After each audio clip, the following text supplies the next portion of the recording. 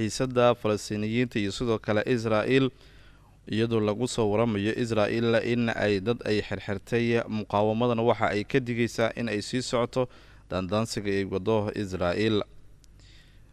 wiil yar oo Falastiiniya ayaa geeriyooday in ka badan 100 kalena waa ay ku dhaawacmeen rabshado u dhexeeya ciidamada Yahuuda ka oo ka dhacay iyo Falastiiniyiinta ka oo ka dhacay tuulada Bita ee koonfurta Nablus ee daanta galbeed.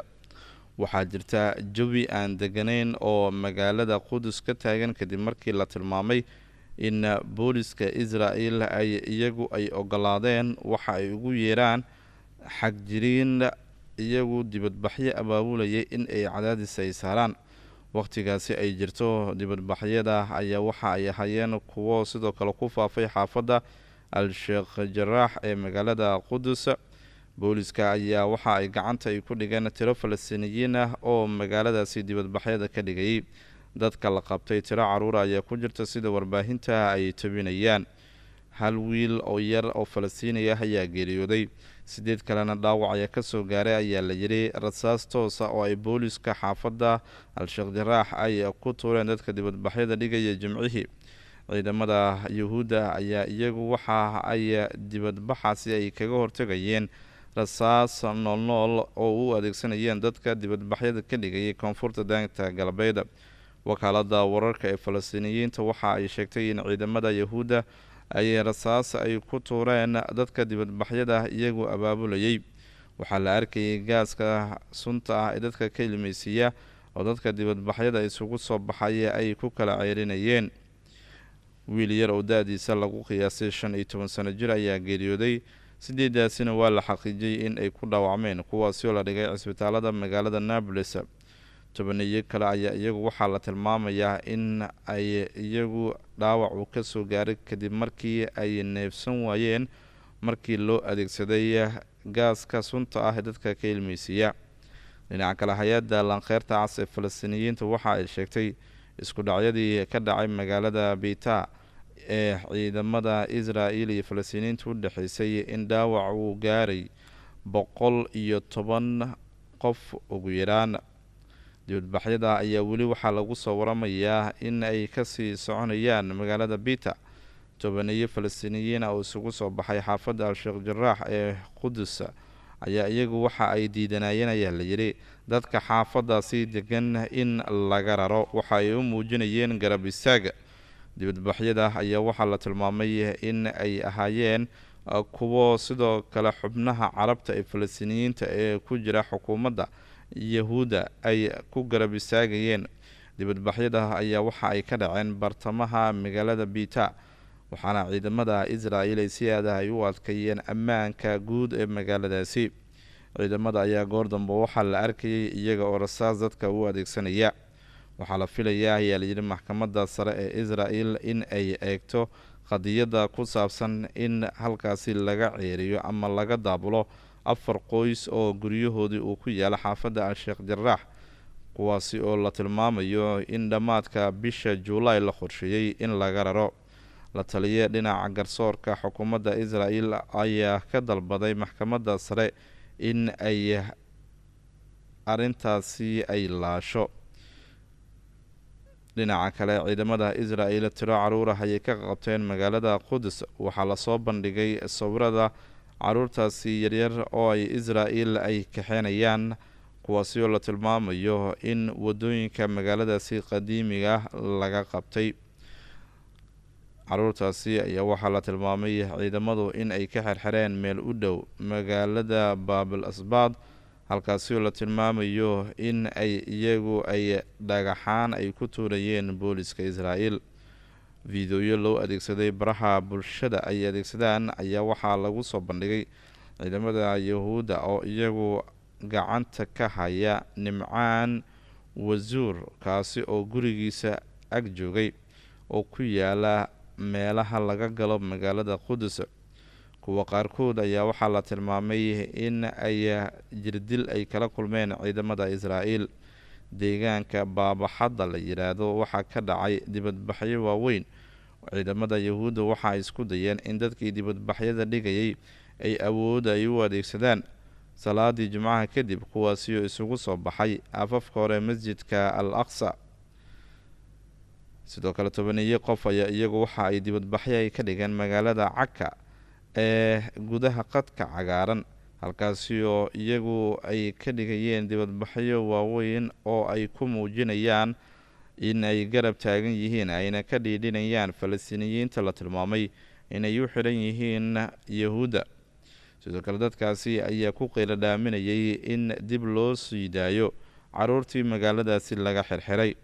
dadka dibadbaxyada dhigayay ayaa waxa ay ahaayeen kuwo ku dhawaaqayay magacyada dad shuhado ah iyo sidoo kale kuwo geeriyooday oo Israa'iil gacantoodii ku baxay. kuwo kale oo ay Israa'iil ay qafaashtay ayaa ka mid ahaa boorarkii ay wateen dadkaasi oo lagu soo bandhigayay meelaha dibadbaxyadu ay ka soconayeen.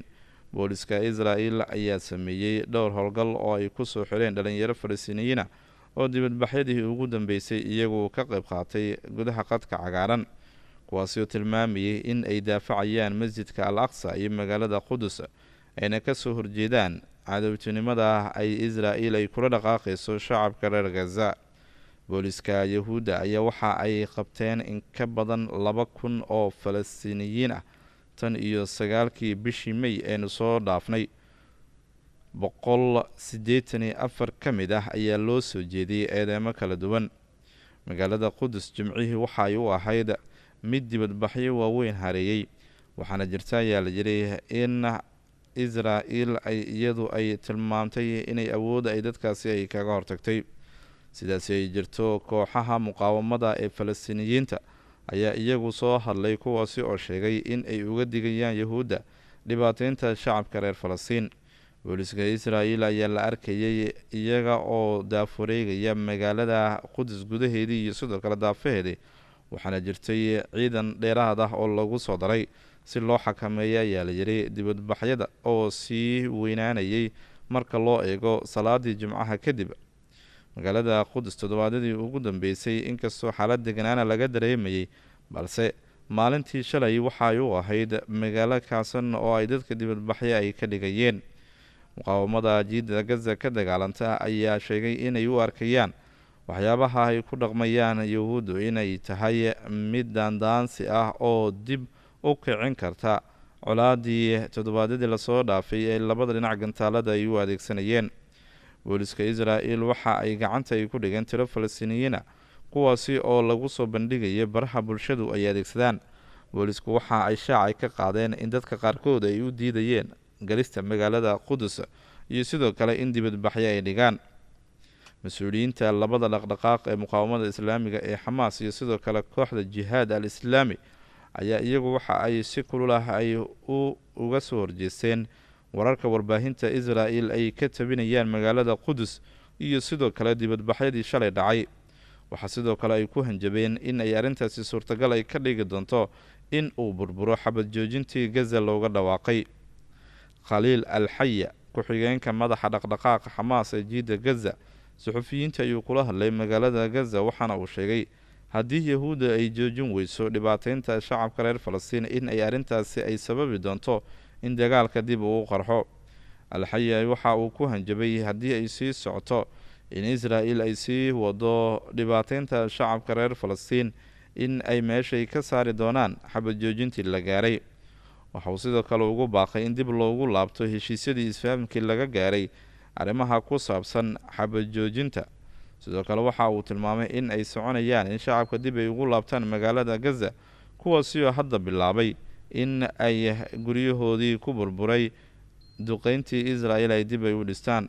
waxaa jirta ayaa la leeyahay lacago iyagu ay gacanta ku hayaan kooxaha Xamaas iyo sidoo kale muqaawamada kale ee Jihaad al-Islaami, kuwaasi oo loogu talagalay in guryihii dumay iyo sidoo kale goobihii kale caafimaadka waxbarashada lagu dhiso.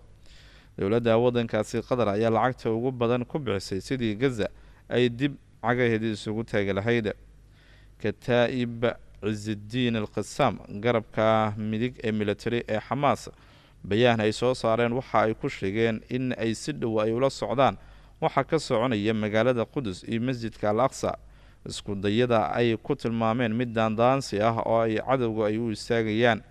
waxaa sidoo kale ay kooxdu ay sheegtay in ay uga digayaan Israel in ay sii joogtayso dhibaatada iyo sidoo kale xariga ay ku hayso dhalinyarada Falastiiniyiinta. xubin ka tirsan xafiiska siyaasadda ee dhaqdhaqaaqa al-jihaad Khalid al-Bach ayaa bayaan soo saaray waxa uu ku sheegay in ra'iisul wasaaraha Israel Benjamin Netanyahu oo waqtigiisu u dhammaaday uu isku dayayo in dhibaatada uu sii horiyo, taa oo uu sheegay in uu ku doonayo in uu ku sii daadiyo dhiigga shacabka reer Falastiin.